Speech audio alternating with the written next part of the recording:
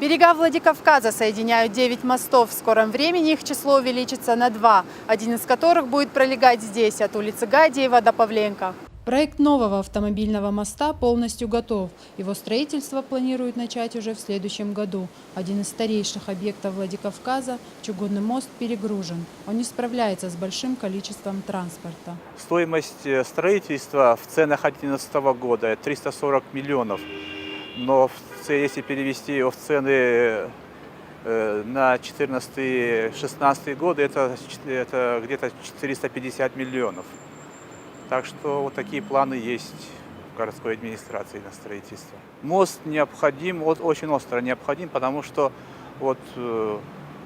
существующие мосты в часы пик не справляются уже с тем потоком, который в городе, машин, которые в городе есть. С каждым годом число машин на дорогах республики увеличивается. По данным госавтоинспекции, только за последний год во Владикавказе количество транспорта возросло на 10 тысяч. Этот мост сегодня начать строить невозможно. Иначе мы получим долгострой. 30 лет строили мост на Хаджи Мамсурова, и так до сих пор его не открыли. Чтобы такая ситуация не повторилась, надо, чтобы было гарантированное источники финансирования. После этого проект уже готов еще в прошлом году. Во Владикавказе есть еще один недостроенный мост на улице Хаджи Мамсурова. Уже много лет проект не удается завершить. Вместо 4 полос открыто только 2. Дело в том, что стройку развернули рядом с домами. Люди не желают покидать свое жилье ради полноценного открытия моста.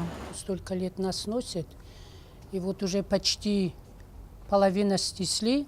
Теперь 3 дома осталось. И нам точно мы тоже не знаем, сносят нас, не сносят. Ответа нету еще. Никаких ни сил, ни моральных, ни физических. Не можем элементарно ремонт сделать. Они нам не могут даже ответить. 3 дома осталось, допустим. Сносят нас, не сносят. Под вопросом, может, даже мы и останемся. Дали, нет, пускай нам скажут. Чтобы мы не мучились уже столько лет, мы хотим тоже в нормальных условиях жить.